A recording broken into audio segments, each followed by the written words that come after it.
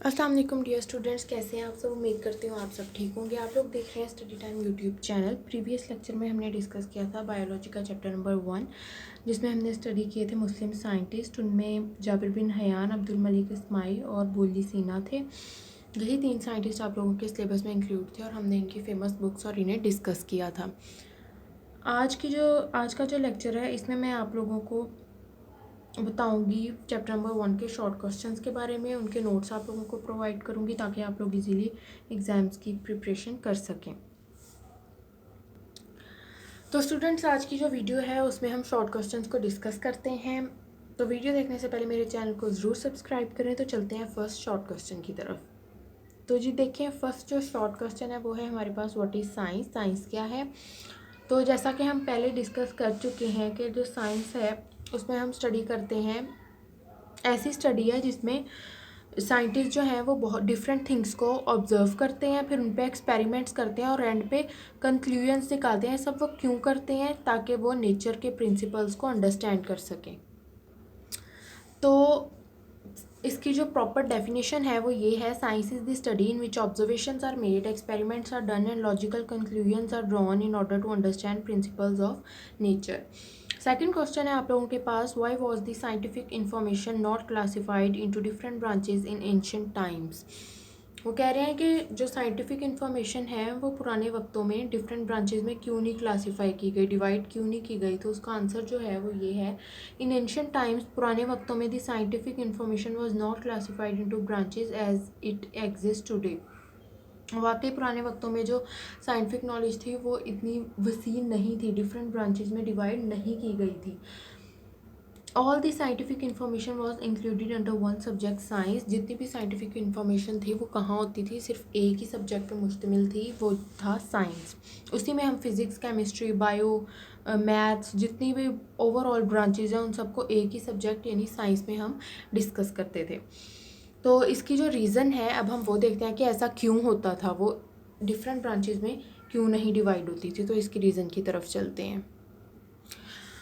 तो जो इसकी रीज़न दी हुई है वो ये है कि with the passage of time, जैसे जैसे वक्त गुजरता गया, scientific information increase many folds and this enormous scientific knowledge was then classified into different branches. जो साइंटिफिक इन्फॉर्मेशन थी वो बहुत ज़्यादा थी, बहुत ज़्यादा वसी हो गई, बहुत ज़्यादा बढ़ गई, जिसकी वजह से इसे डिफरेंट ब्रांचेस में क्लासीफाई करना पड़ा। वो ब्रांचेज आज हम डिफरेंट सब्जेक्ट्स रीड कर रहे हैं, सब्जेक्ट्स बन चुके हैं।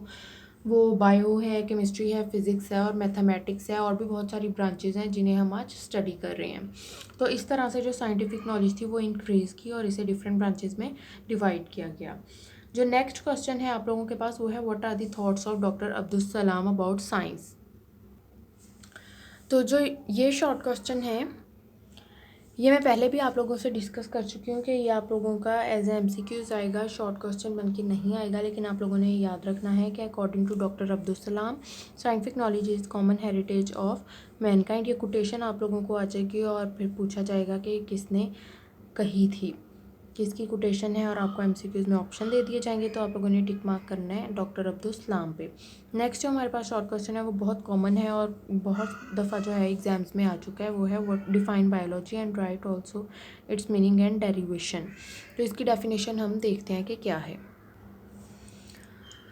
तो डियर स्टूडेंट्स, हमारे पास जो डेफिनेशन है मैं आपको पहले भी जैसे कि बता चुकी हूँ, जब हमने इंट्रोडक्शन इसका रीड किया था, तो वो थी scientific study of life is called biology. जो हम साइंटिफिकली स्टडी करते हैं लाइफ को उसे हम कहते हैं बायोलॉजी। इसका मीनिंग भी उन्होंने पूछा हुआ, तो मीनिंग भी मैंने आपको बताया था। The word biology has been drive from two Greek words से ड्राइव किया गया है।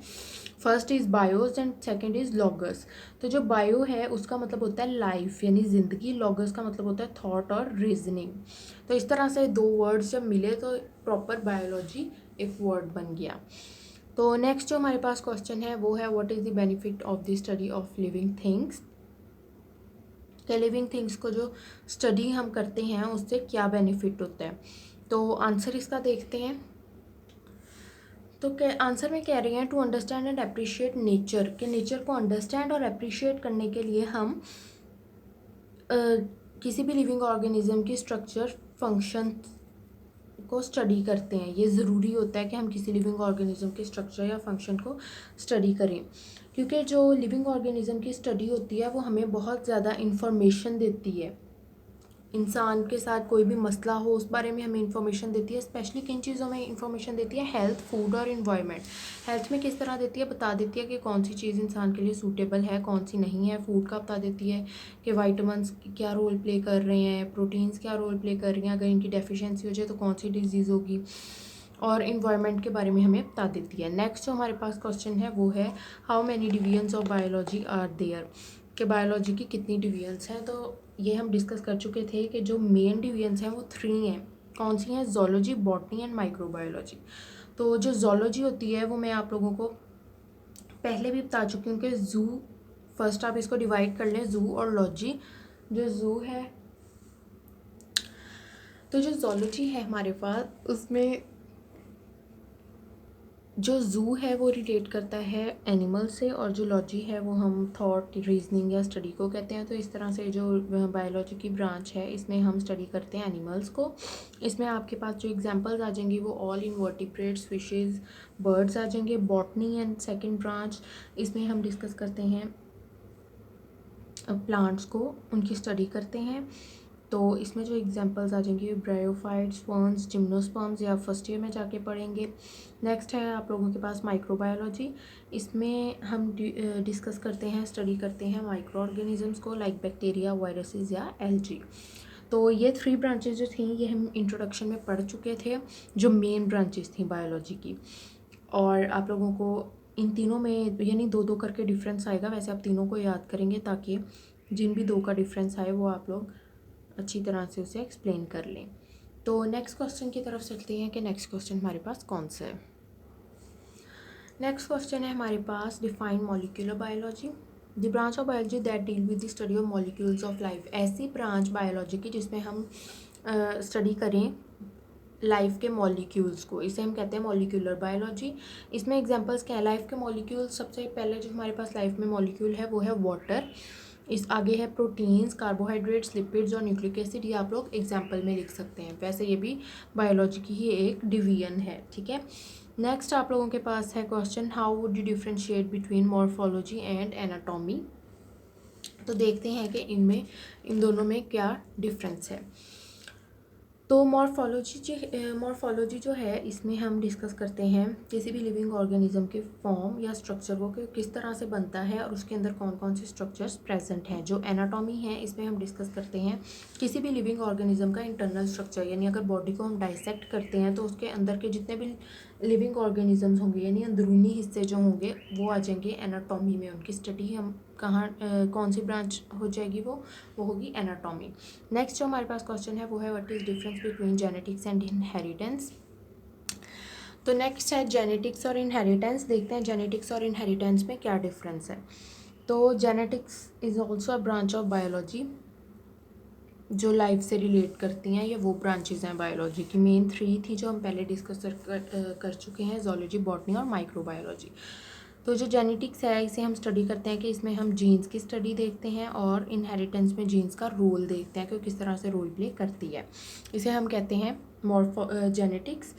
नेक्स्ट जो है वो है इनहेरिटेंस। इन दोनों में डिफरेंस आता होता है। तो इनहेरिटेंस मैंने आपको बताया था कि कोई भी करैक्टर जो 1 जनरेशन से 2nd जनरेशन में ट्रांसफ़र हो उसे हम कहते हैं इनहेरिटेंस। ट्रांसमिशन जब होती है तो इसे हम कहते हैं इनहेरिटेंस, यानी जो करैक्टर फादर या मदर में है वो आगे अगर ऑफस्प्रिंग में ट्रांसफ़र हो जाते हैं तो इसे हम कहते हैं इनहेरिटेंस। नेक्स्ट जो हमारे पास ब्रांच है या क्वेश्चन है वो है व्हाट इज़ सेल बायोलॉजी। तो इसकी फ़र्स्ट ऑफ ऑल हम डेफिनेशन देखते हैं। The branch of biology which deal with the study of structure and function of cell and organelle is called cell biology. Cell biology क्या होती है? ऐसी branch biology की जिसमें हम स्टडी करते हैं स्ट्रक्चर को या फंक्शन को। किसके फंक्शन या स्ट्रक्चर को? सेल के फंक्शन या स्ट्रक्चर को, या ऑर्गेनेली के फंक्शन या स्ट्रक्चर को। तो इसे हम कहते हैं सेल बायोलॉजी। नेक्स्ट है हमारे पास डिफाइन एम्ब्रियोलॉजी। एम्ब्रियोलॉजी क्या होती है? एम्ब्रियोलॉजी होती की डेफिनेशन है branch of biology which deal with the study of development of an embryo to new individual. ऐसी ब्रांच बायोलॉजी की जिसमें हम स्टडी करते हैं कि एक एम्ब्रियो जो है वो न्यू इंडिविजुअल किस तरह से बनता है, उसकी डेवलपमेंट किस तरह से होती है और किस तरह से डेवलप करता है, तो इसे हम कहते हैं इस ब्रांच को एम्ब्रियोलॉजी। नेक्स्ट आप लोगों के पास जो क्वेश्चन है वो है व्हाट आर फॉसिल्स। फॉसिल्स होते हैं remain of extinct organisms are called as fossil. ये आप लोग 8th क्लास में भी पढ़ चुके हैं। तो इसके एग्जांपल जो हैं वो होती है कोल। फर्स्ट ईयर में आप इसे काफ़ी डिटेल से पढ़ते हैं। आगे 9th क्लास में भी आप लोगों की जो फिज़िक्स है उसमें आप लोग इस टॉपिक को डिटेल से पढ़ेंगे। नेक्स्ट आप लोगों के पास है व्हाट आर पैरासाइट्स। तो पैरासाइट्स के बारे में पहले भी आपको बताया था कि ऐसे ऑर्गेनिजम्स जो लिविंग ऑर्गेनिज्म से शेल्टर लेते हैं, यानी उनमें रहते भी हैं, उनसे खुराक भी लेते हैं, फूड लिविंग ऑर्गेनिज्म उन्हें प्रोवाइड करते हैं, लेकिन इन रिटर्न इसके बदले वो क्या करते हैं, उन्हें नुकसान पहुंचाते हैं। इनमें सबसे पहला जो है वो है वायरसेस, पैथोजेनिक बैक्टीरिया, लाइस, मॉस्किटो इसकी बेस्ट एग्जांपल है। मॉस्किटो आप लोग लिखें, वो आपको भूलेगी भी नहीं कि वो हमारे इर्द गिर्द रहता है, हमसे खुराक लेता है, यानी ब्लड सक करता है और इन रिटर्न वो हमें ही नुकसान पहुंचाता है। नेक्स्ट आप लोगों के जो पास ब्रांच है वो है डिफाइन बायोटेक्नोलॉजी। तो बायोटेक्नोलॉजी की एग्जांपल हम देखते हैं वो है production of human insulin by bacteria. जो डेफिनेशन है वो रीड करते हैं कि ऐसी ब्रांच जिसमें लिविंग ऑर्गेनिजम्स के वेलफेयर के लिए लिविंग ऑर्गेनिज्म को यूज़ किया जाए मैनकाइंड के वेलफेयर के लिए, यानी ह्यूमंस के वेलफेयर के लिए किसी भी लिविंग ऑर्गेनिजम्स को यूज़ किया जाए, उनसे सब्सटेंसेस बनाए जाएँ, तो इसे हम कहते हैं बायोटेक्नोलॉजी, यानी production of human insulin by bacteria. Next आप लोगों के पास जो है क्वेश्चन वो है what do you know about pharmacology. तो the branch of biology which deal with the study of human drugs and their effect on the system of human body is called pharmacology. ऐसी branch जिसमें हम study कर सकें कि human के जो drugs हैं उनका ह्यूमन बॉडी पे क्या इफेक्ट होता है, तो इस स्टडी को हम कहते हैं फार्माकोलॉजी। एग्जांपल है इसकी paracetamol used as painkiller, के हमें पता चल जाता है ड्रग्स की स्टडी से कि जो पैरासीटामोल मेडिसन है, टैबलेट है, वो किस लिए यूज़ होती है, as a painkiller use होती है, दर्दों के लिए यूज़ होती है, दर्द को कम करने के लिए यूज़ होती है। तो जो नेक्स्ट क्वेश्चन है आप लोगों के पास वो है what are major biological issues today. ये मैंने आप लोगों को लिखवाया भी था। तो इसका आंसर क्या होगा, the major biological issues of today are following human population growth, infectious disease, addictive drugs, environmental pollution. यानी जो बढ़ती हुई आबादी है वो बहुत ज़्यादा अफेक्ट कर रही है, बायोलॉजिकल इशू है, इन्फेक्शियस डिजीज़ बीमारियां जो बहुत ज़्यादा फैल रही हैं वो बायोलॉजिकल इशू है, एडिक्टिव ड्रग्स ये जो नशावर अद्वियात हैं ये बहुत ज़्यादा अफेक्ट कर रही हैं, और इन्वायरमेंटल पोल्यूशन जो माहौलियाती आलूदगी है वो भी मेजर बायोलॉजिकल इशू है। नेक्स्ट आप लोगों के पास जो क्वेश्चन है वो है व्हाट इज़ इंटरडिसिप्लिनरी साइंसेस। तो इसमें आप लोगों ने याद रखना है कि जो बायोलॉजी है इसमें बहुत ज़्यादा हर किस्म की मतलब इन्फॉर्मेशन होती है लिविंग थिंग्स के बारे में, लेकिन यही इन्फॉर्मेशन जो है ये बाकी साइंस की ब्रांचेस से भी रिलेट करती है। आप लोगों को याद आ रहा होगा कि हमने एक टॉपिक पढ़ा था relationship of biology with other sciences, तो उसमें हमने यही देखा था कि जो बायोलॉजी है वो किस तरह से बाकी ब्रांचेस से रिलेट करती है। तो यहाँ वही बात हो रही है कि जब उन ब्रांचेस से ये रिलेट करती है बायोलॉजी, तो इसको हम कह देते हैं इंटरडिसिप्लिनरी साइंसेज।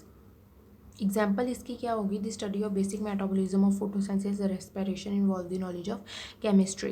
यानी फोटोसिंथेसिस और रेस्पिरेशन हम स्टडी करते हैं बायोलॉजी में, लेकिन ये जो रिएक्शंस होते हैं ये केमिकल रिएक्शंस होते हैं इनमें, इसलिए ये इनमें कौन सी नॉलेज इन्वॉल्व होती है, केमिस्ट्री की नॉलेज होती है। तो बायोकेमिस्ट्री एक रिलेशनशिप बन जाता है। नेक्स्ट आप लोगों के पास जो क्वेश्चन है वो है व्हाट इज़ बायोफिजिक्स।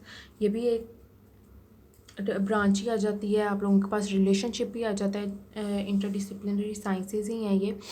तो इसमें क्या है, deal with the study of principle of physics which are applicable to biological phenomena. इसमें हम डिस्कस करते हैं फिज़िक्स के प्रिंसिपल्स को जो बायोलॉजिकल फिनोमिना में अप्लाई होते हैं, जैसा कि लिवर जो है वो फिज़िक्स में काम करता है और लिम्स जो हैं वो बायोलॉजी में काम करती हैं। डिटेल में मैंने आप लोगों को पढ़ाया था, इसका लिंक जो है वो मैं डिस्क्रिप्शन में आप लोगों को दे दूँगी।